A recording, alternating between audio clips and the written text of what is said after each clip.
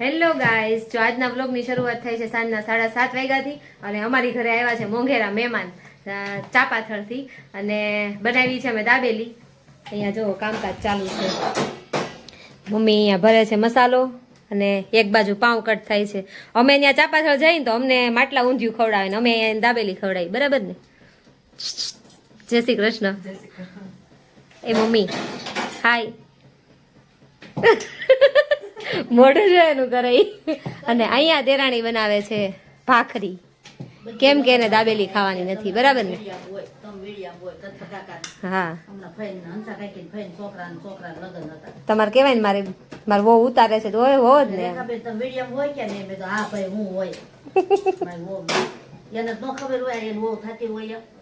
એ ઓળખતા ન હોય ને એટલે. અને અહીંયા છે આંબલીની ચટણી, સેવ આપણે છે, પછી આમાં શેઝવાન ચટણી પૂરી થઈ ગઈ છે. અને અહીંયા જો દાબેલી મસ્ત મજાની ભરાય છે, કાંદા બાંદા નાખીને જમાવટ છે. કોને કોને ખાવાનું મન થઈ ગયું તે કોમેન્ટમાં કહેજો. તો આવો પ્રોગ્રામ છે કંઈક અમારી ઘરે આજના દિવસનો.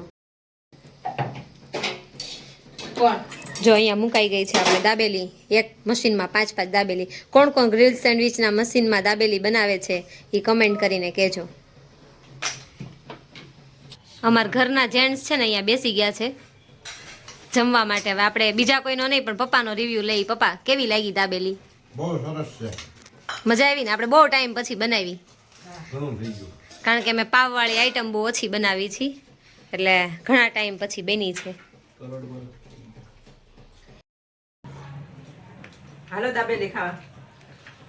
મમ્મી તમારે બોલાવા છે? એ એકલા જ ખાહે. જો અમારી ઘરમાં પાવ ન ખાતા હોય ને એના માટે આવી રીતે દાબેલી બને, ભાખરીની અંદર મસાલો ભરીને.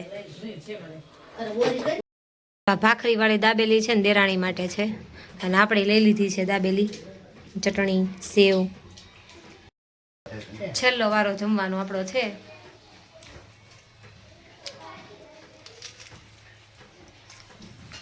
મસ્ત બની છે, એક નંબર દાબેલી. ચાલો બધા જમવા. રીતે કઈ રીતે સમજવાનું છે. તો જો જાગૃત અવસ્થા છે, સુષુપ્ત અવસ્થા છે અને સ્વપ્ન અવસ્થા છે. એની અંદર જાગૃત અવસ્થા એટલે શું વેકળ જે જાગૃત છે. એટલે જાગૃત અવસ્થાને જ્ઞાનન બંધન, જ્યારે આપણે જાગૃત અવસ્થા જ્ઞાન જ્યારે સમજીશું ત્યારે ઓર વિસ્તૃતમાં જશું. પણ જાગૃત એટલે જે અત્યારે હું બોલું છું, તમે સાંભળો છો, અત્યારે તમારું મન કોઈ મૂવી તરફ કે કોઈ ભોજન તરફ કે રેસ્ટોરન્ટ તરફ નથી. અત્યારે જાગૃત અવસ્થામાં તમે તમારી સમગ્ર ઇન્દ્રિયોને મારી બાજુ લગાવી છે, એટલા માટે આપણે જાગૃત અવસ્થા કહીએ છીએ. સ્વપ્ન અવસ્થા અને સુષુપ્તિ અવસ્થા, આ 3 અવસ્થા, જે 3 વસ્તુ બને એ ભેગું થાય ને ત્યારે એક જીવન યાની કે હું એ બને છે.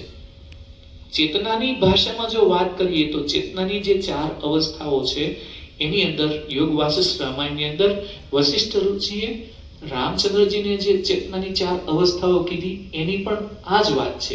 એ કઈ કઈ છે? તો પહેલી જાગૃત, બીજી સ્વપ્ન, ત્રીજી સુષુપ્ત અવસ્થા. આપણી એટલે ચેતનાની વાત કરું છું. ત્રણેયનું જો મિક્સ થાય તો એક તુરીય અવસ્થા બને છે.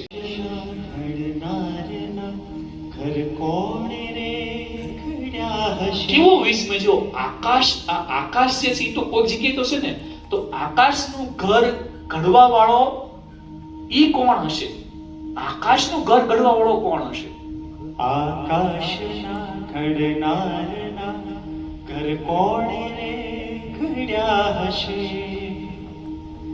આકાશની માતા તણા કોઠા કહો કેવડા હશે? ભાઈ, આપણને જે માતાએ ધારણ કર્યા છે, તો આપણે જ્યારે ધારણ થયા હતા ત્યારે માતાનું ઉદર મોટું, એનું કોઠું કે ને એ આટલું મોટું થયું હતું.